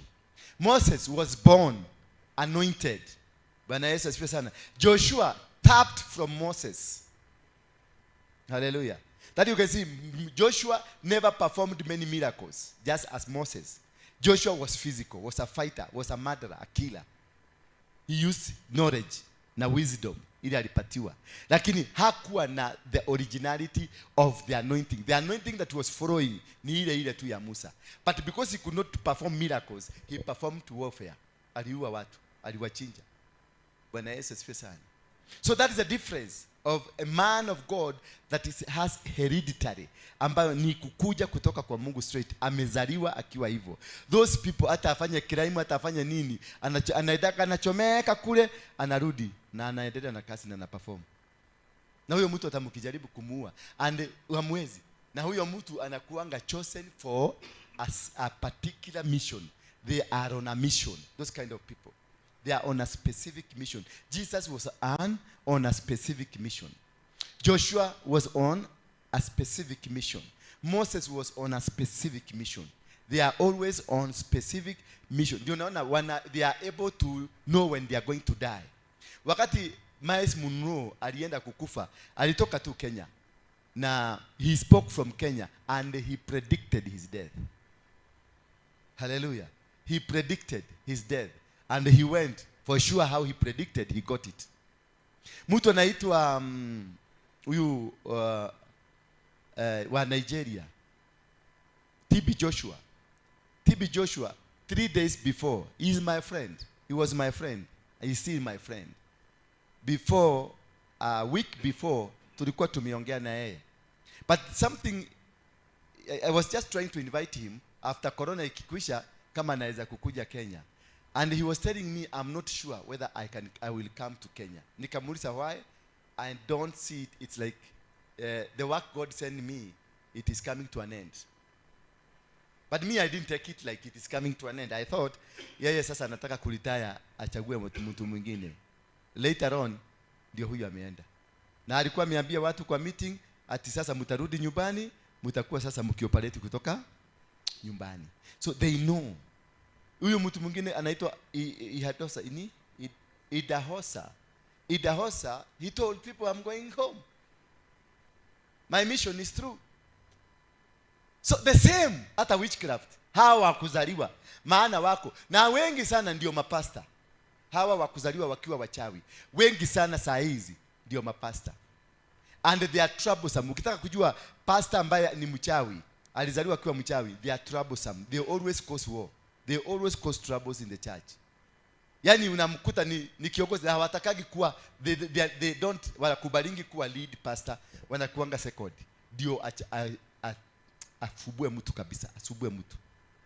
Unakuta hiyo kanisa inashidaka na warfare. Kila kitu ni warfare. Na hao ndio wanafundishaga sana maombi ya warfare. Psalms 135. Ukiona mtu anajua mambo ya warfare, most likely ako na spirit ya uchawi ndani yake. Ukiona watu wa return to sender, most of them are witches. Wagapi hapa washaifanya return to sender? Be frank to God. He knows you. Inua tu mkono nikuelezea how you are a witch. Bwana Yesu asifiwe sana. Hebu funga hiyo begi yako. Funga hiyo begi yako. Zoeni walitani nirushie. Rusha. Amenirushia uchawi. Si ndio? Na mimi nimeshika uchawi. Mimi a woman of God. A man of God. Me and you, who is a witch? Both of us are witch. Because when I returned to you, how did I? How nilifaulu waje kujua uchawi wako? Niliushikaje ndio nikurushie? How did I connect na uchawi wako? Because when uchawi umerushwa kwangu, I am fiery. Mimi mwenyewe, mimi ni altar. I'm an altar. So whatever is sent to me is supposed to melt. Naishe. Ukinirushia uchawi is supposed to melt. Naishe. Jeremiah had the power to destroy, to uproot, to do what? To overthrow and to pluck, to destroy, to cut down, then to plant and to build. So the work of a high priest, the work of a genuine pastor, it is to bring down that, not to send it back. It is to bring it down, destroy it, so that you in the place of destruction you build a new one that is of godly. You don't turn it. And the men of God, they win the battle without even doing the battle. So you don't need to return it. You capture it and you dismantle it from her. And you kill the spirit. Because it is not a bag. It is not that which you throw to me. It is the spirit that is in you. So I will hold you and destroy the spirit that is in you. To conquer it. I'm supposed to conquer. That's why the Bible says, you shall triumph over snakes and scorpion and they will not hurt you. You are not supposed to kill the scorpion. You are not supposed to kill the snake. You are supposed just to triumph over them. Uzikanyage na hazita kuumiza. Because you got the power. So when you do return to center, wewe ni mchawi kama yeye. Hallelujah. Wachawi hallelujah. Wachawi hallelujah. Bwana Yesu asifiwe sana. You are supposed to win the battle. Nikijua huyu msichana ni mrogi, sina haki ya kumpiga. Ni kumaliza kile kiliko ndani yake. Nikijua wewe uko na hirisi, ni haki yangu ni kushika, nitakulete karibu mpaka nimalize. That is why sometimes watu wananiuliza, takate kutoa na modosho ya mrogi. No. My role is to make sure nitatembea na wewe mpaka nikumalize. Wewe ukifikiria kuna kitu unanifanya, mimi najua. Ile kitu najua Mungu ananipatia. Ananiambia umewekewa mtego pale. Kumbe amekuwekea shilingi 10 ameagusha pale. Sasa mkienda na yeye unamwambia tajoera pesa hizi. Na mnaenda ikiamua huko ni yako. Bwana, unakuwa na wisdom ya kukamata kila kitu anafanya. Kila move akifanya unakuwa na wisdom unakamata. Akikwambia tuende kwa kitada, usikatae, demwambie tuende. Unamwambia tunaenda Naivasha leo. Namwambia taguliaga nikuje. Enda chukua kanyumba mzuri. Na anaenda nachukua kanyumba mzuri. Anakaa huko namwambia ngoja kidogo tu, nimechelewa. Kidogo tu nitakuja. Kitu saa 6, saa 8, saa 7 nitafika. Chukua haraka nakuja. Saa 8 ikifika namwambia oye darling, gari yangu imeharibika lakini I'm coming on my way. Hivyo tu unacheza tu na akili kidogo mpaka unamtuliza chini. Maana usipomtuliza ataenda kwa huyu mwenye hana uwezo wa kujitetea. So arrest that spirit, keep it near you and destroy it. Bwana Yesu asifiwe sana. You don't kick it away because it will go, itaenda. Imewekwa ni ile ya kila kwa mugeshiga. Itakuwa kila nebwe. Kila mugeshiga gadi geshina garuriye. Yeah, you don't do that. Don't come kila geshiga gadi geshina garuriye. You don't do that. You stop it there, you lock it and you leave it there to die it by pole inakufa. The next time unakuta kumbe huyu ni mchungaji, alikuwa mchungaji. Ni venye shetani alikuwa anataka kumwangamiza. Lakini ukimodhinekania kitaenda kikufe uulizwe damu yake. Ama aende apatane na mtu kama yule anyorose yule.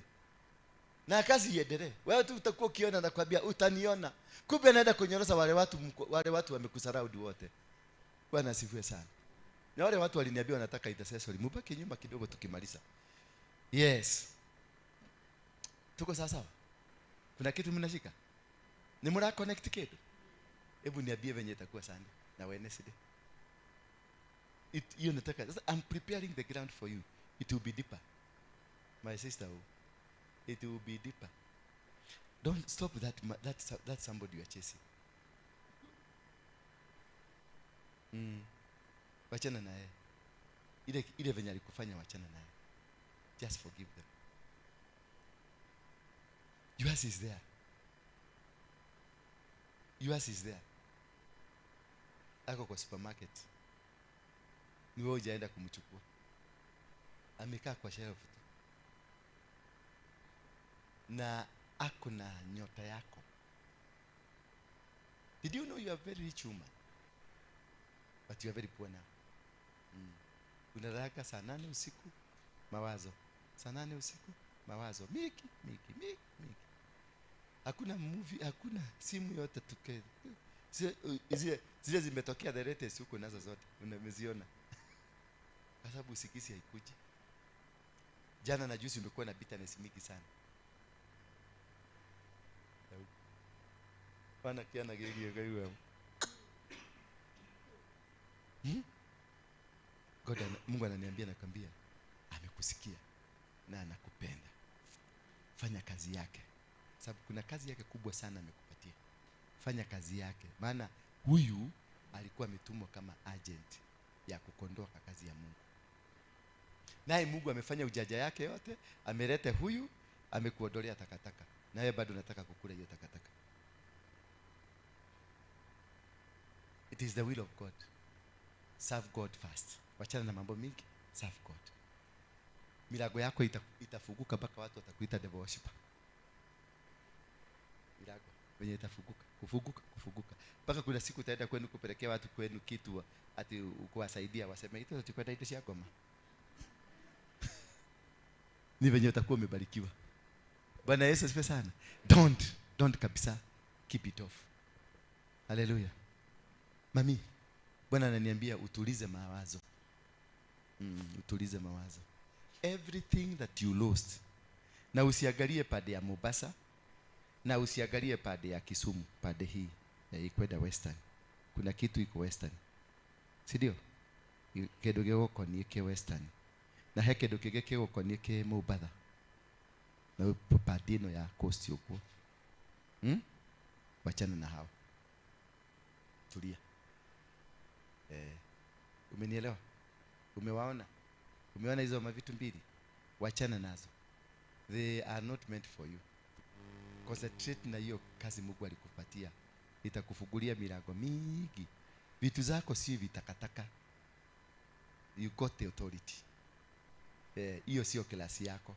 Kuna mahali Mungu amekuposition because mikono yako iko na attraction ya pesa mingi sana. You are a kingdom financier. And there are billions of money ready prepared for you.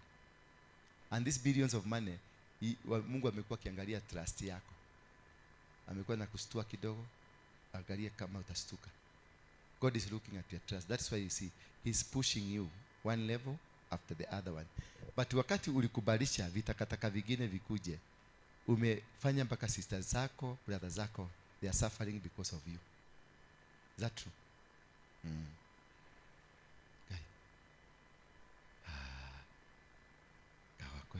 Kwa nini? Wana gege shodheria teo ne sadaka. Sina sadaka. Chaniweke. Hallelujah. Bwana Yesu asifiwe sana. So God is doing powerful thing. You got a very special favor.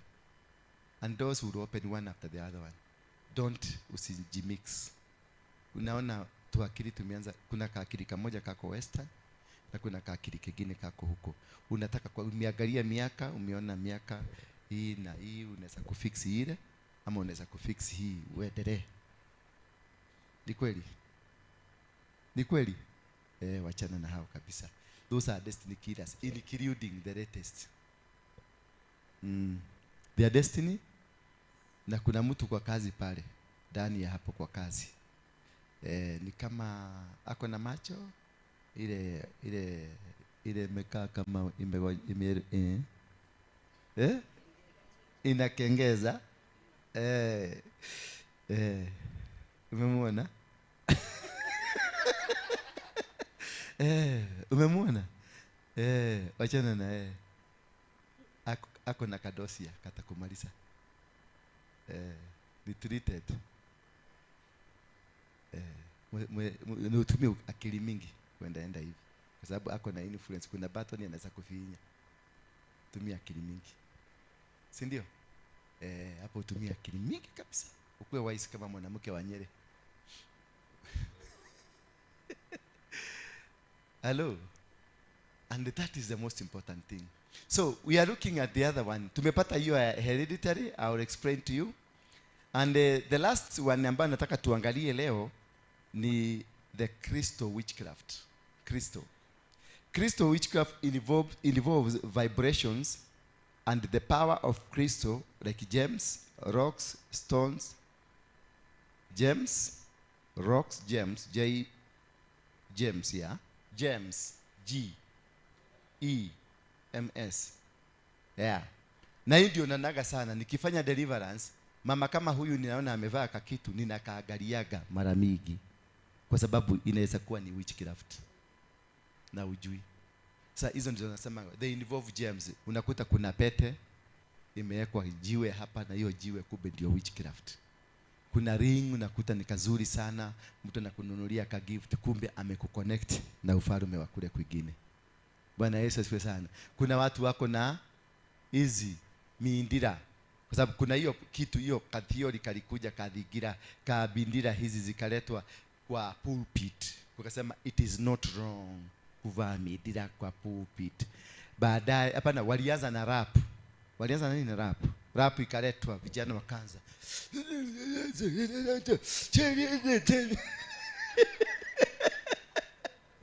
na hiyo suruali imekaa ni kama imewekwa kitu kingine na huko nyuma.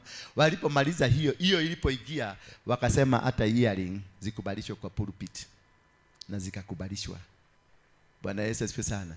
Sasa hata vitu vingine vimeletwa kwa pulpit, baka uabudu sasa openly. Sasa kuna vijana kulala na wao, imesemekana it is biblical, na wanakutolea maandishi kwa Biblia. Wasichana kulala na wao wanasema mimi najihisiki nikiwa mwanaume. Sasa huyu ananiambia mimi najihisiki nikiwa mwanaume, na anambia nani? Huyu.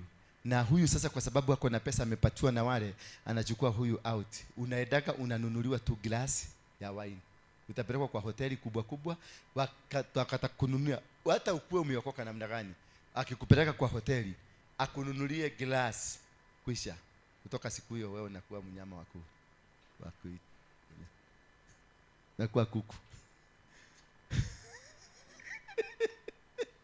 Kagilasi tu ka wine. Bwana Yesu asifiwe sana. Unaona kama wao wanapenda wanakufanyia shopping. Wewe sasa huyu unakuta mama huyu anakufanyia shopping. Anakuambia twende nikakufanyia shopping kutoka hapo. Yes. Tonyo kiradhi ka wine. Hiyo kiradhi utajisikia asubuhi mkiwa kwa room. Na kutoka siku hiyo kitu itakuwa sasa ndio unapenda sana. Na inatumika kwa hizi vitu za crystal, gems, rocks, stones. All these are meant to attract. It is as witchcraft that is meant, the crystal witchcraft is meant to attract, to trap, to bring somebody closer. Na kuletea karing, na kuambia shika hii. Na kuweka karing, na kuambia na unambia this is ni karati ngapi? 24. Wow, oh my God. Kwisha. The next time sasa unakuwa ni nini? Ni chakula ya mtu. Hallelujah. Yeah. Mami wacha utia kihakege. Ngai akwendete na Ngai ni gukuhuthira. Nikoretwo kihoya muno. Ukiuria Ngai ciuria. Niguo kari kida kuhiteirie nakio. Nurete ciuria ta icio. Ti Ngai muhitanitie nake. Kwanyu kuri magongona. Kwenu nyumbani kuko na altars ambazo ndizo ukienda kuamuka zinakunyamazisha. Ziko na nguvu kuliko wewe. Lakini wewe ukashikwa ukaelewa uvuje hiyo madhabahu, uko na nguvu kusiliko. Bwana Yesu asifiwe sana. Na utashida. Lakini sasa ubaya yako, wewe ni mjuaji sana. Haupendi sana kukaa chini uvumilie kidogo, unakuaga unakosaga ile uvumilivu. Hauna subira, unachomekaga. Sababu umehesabu miaka inaenda, nini imeenda, kila kitu imeenda. Sasa umeanza kukimbia, unakimbia unaburutoka kama ile kuku imechinjwa. Najua kuku imechinjwa ikakataa kushikwa venye na rukaga, inaweza kuua mtu. Hivyo ndio unakuaga. Kama ungetulia tu, wabie ukubali tu Mungu akutengeneze, atakutengeneza. Ni muda sio mrefu sana utatengenezwa. It will be painful. Todo ne iho hana nginya rihi inyo na rihado horu. Manyita giko kio. Lazima ifinyo na Mungu. Si binadamu atafinya, ni Mungu. Ndio hiyo iko kwa roho yako sana. Hiyo kitu lazima ikamuliwe yote, hiyo maji itoke. Ndio simame. Umjue Mungu na umtambue na upende kukaa na yeye. Sababu shida ni hiyo tu. Ile madhabahu inakudivert haraka sana. Ukitaka kufanya kitu na umeanza kushika laini, hiyo madhabahu inakudivert kitu kadogo tu inakuondoa. Tena narudi zero. Bwana Yesu asifiwe sana. Mami, nataka uombe. Mungu anakuambia uombe. Bado unaoperate. Wale watu wa Freemason, nakumbuka wale walikuletea milioni 1. Unakumbuka? Kilikuwa kimonaume. Kinaona hivi kizuri, kilebo. Kilikuwa kinakutaka. Ni kweli? Bado wanakumonitor. Na watu wako na watu wa kwenu, wale ambao wanakushikanisha.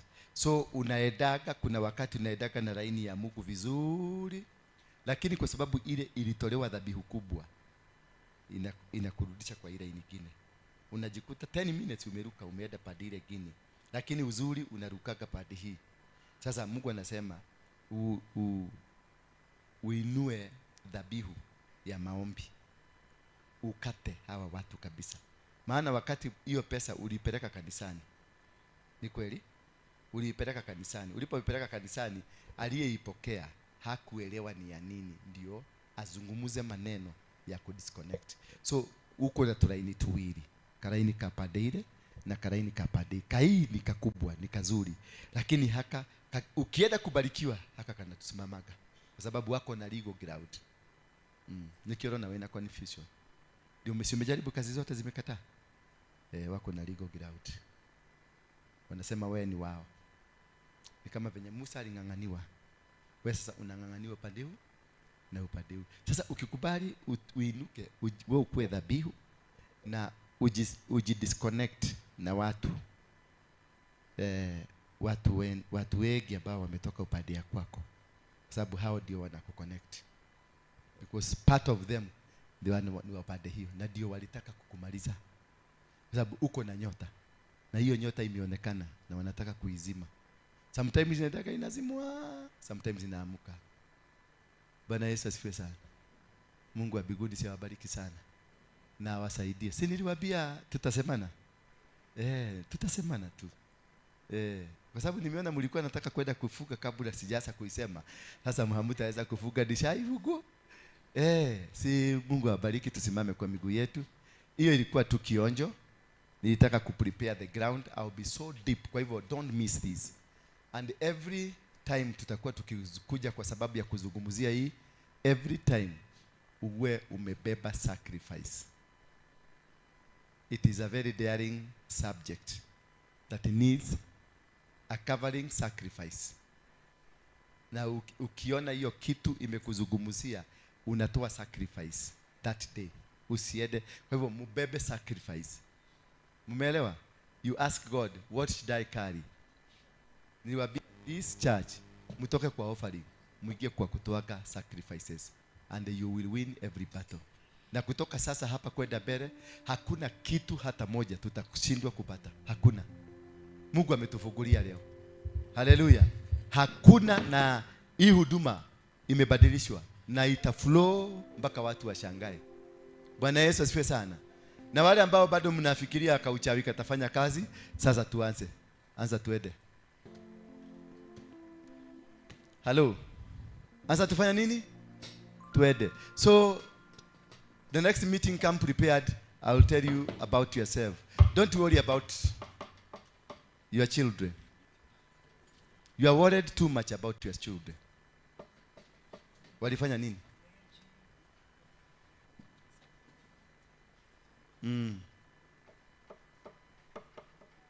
Umeona kama pesa yako ilipotea bure. God is not answering your prayers. Na ndivyo umeomba. Na ndivyo umetoa. Mpaka ukamfanyia hesabu. Ameniambia hujatoa. Ulipoteza hizo zote. Utoe kwa mpango wake. Yeye mwenyewe ndiye atakwambia toa, unatoa. Lakini gine tutaongea privately. Tuesday ukuja Tuesday, I'll see you. Walutashikana.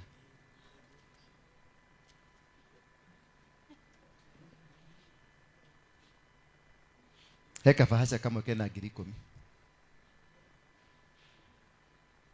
Keho. Keho.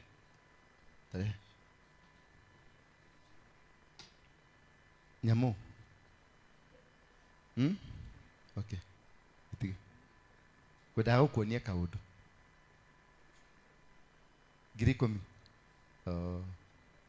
Itige tu. Tigana sio.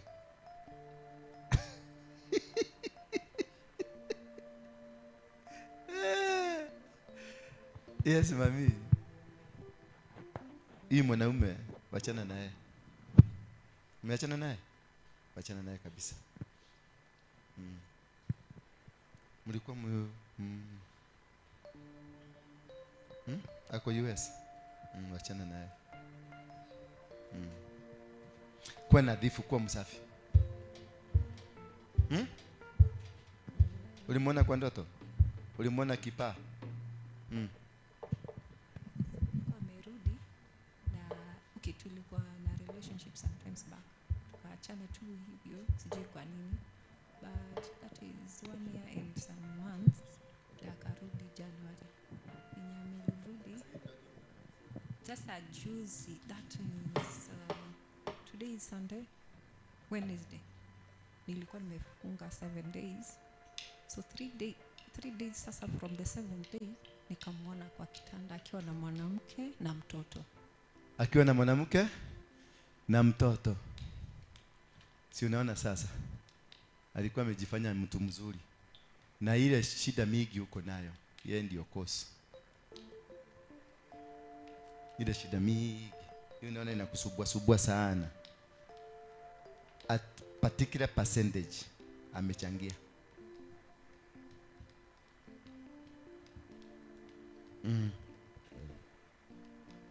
Bwana Yesu asifiwe sana.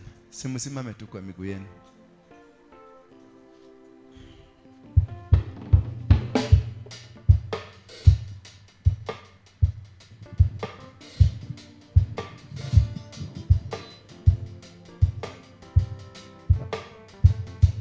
Wewe anza.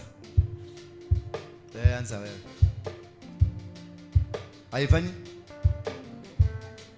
Mnaopa kuku panganeni hapa, wale wanapangana hapa.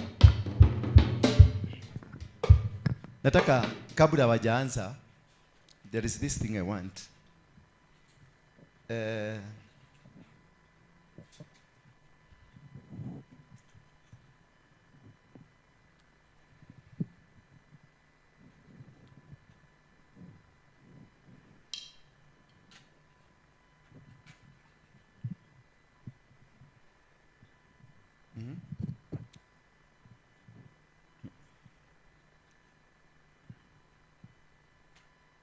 Wekeni sadaka yenu hapa. Wekeni sadaka hapa kwanza.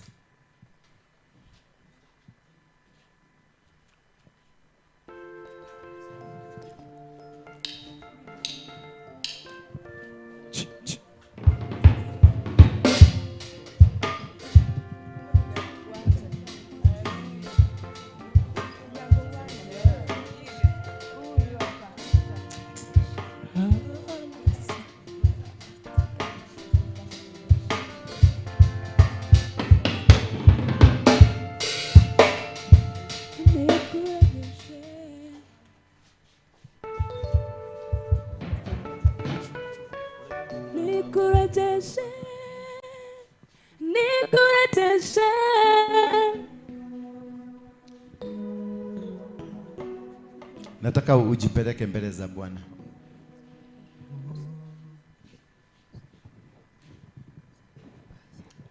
You surrender to him as we break the cloud of witchcraft in this place. Ndio tupate upenyo wa kubreak the cloud of witchcraft in your family. So I can see them. They are surrounded here. Kwa hivyo, as we worship, it is worship. We are doing worship. Unaona worship. Mwachake kuimba nyimbo, unaona watu wameboeka kule na bado unaendelea kuonyesha kwa kijiko. Kula. Nyimbo zote ni nzuri, lakini you get, people are not getting it. Kama hii nyimbo is not getting to this, you stop it. You bring the song that is understandable, because all songs are good, but they must be understood. So we are in a very critical thing. Musitumike kwa sababu nimesikia mutatumika. Musitumike in Jesus name. Fungeni macho yenu. Baba, katika jina la Yesu Kristo, ninatenganisha wao watoto na namna yoyote ya uchawi ama uganga. Every demonic power and the spirits of the devil, I cut them in the mighty name of Jesus Christ. Ninawafunika kwa damu ya Yesu Kristo. Ibilisi hauna uwezo na mamlaka juu ya watoto hawa. Sema amen. Father, I cover these children with the blood of Jesus. I anoint them now to be able to penetrate through the skyline of witchcraft. Ninavunja ngome zote, maneno yaliyonenwa na hata hilisi zilizotumika, vinyago vyote na hata ndimi zao, viredio vyao na vitelevisheni vyao, network zao zote ninazikata katika ulimwengu wa kiroho. I destroy every communication ambayo wako nao juu ya hii nyumba na juu ya hawa watu. Waliwafuata mpaka hapa, lakini naachilia moto kule kwenye kona zote kule nyuma. Ninaachilia moto Roho Mtakatifu, wakateketee in the mighty name of Jesus Christ. You are powerless. Worship. Now, you take your time. I want us to worship. Wewe nyinyi msiimbe, wao wataimba. But surrender in totality to God. First, start with 20 or 30 minutes. Tunaanza na repentance. Just repent everything and anything you know. Yes. Alafu 30 minutes tutaingia into worship. And another 30 minutes. We are going 1 hour 30 minutes. Another 30 minutes tunaingia kitu tunaitwa warfare. Hallelujah.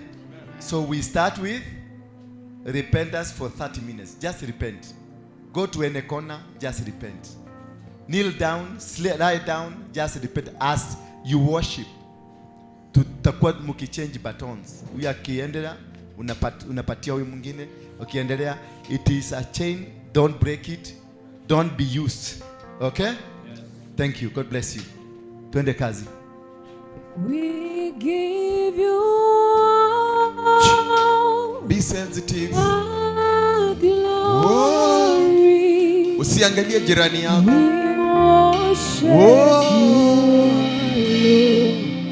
You are Jesus. worthy to be praised. Be sensitive, Bwana. We give Panua tu kinywa chako, you zungumza na Bwana. Jesus, Lord. We worship you alone. You are worthy to be praised. Jesus. We Fungua tu give kinywa you chako, zungumza na Bwana. all We give you all the glory. We worship